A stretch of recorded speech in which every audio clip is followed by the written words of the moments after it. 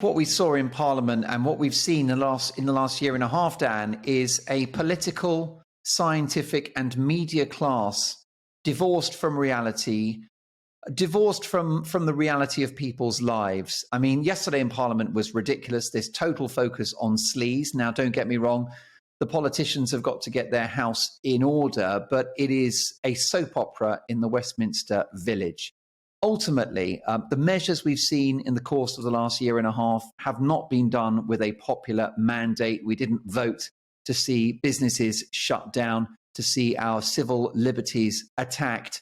And I think there will be a day of reckoning. And don't forget, just a few weeks ago, do you remember the smirking Deputy Leader of the House, Madam Deputy Leader, who sort of laughed and joked as she said, oh, we won't be having a vote on the extension of the brutal and awful Coronavirus Act. So I just feel that our democracy is suffering a major credibility gap at the moment. And it's, so-called scientists. In that tweet, I talked about the science in inverted commas, because we've been fed a narrative that there is one view on how to handle the pandemic, which we know is not the case. And I just think there will be a collapse in authority in the media, the mainstream media, who have basically followed the cozy COVID narrative throughout, which is a great disservice to their viewers and listeners and readers.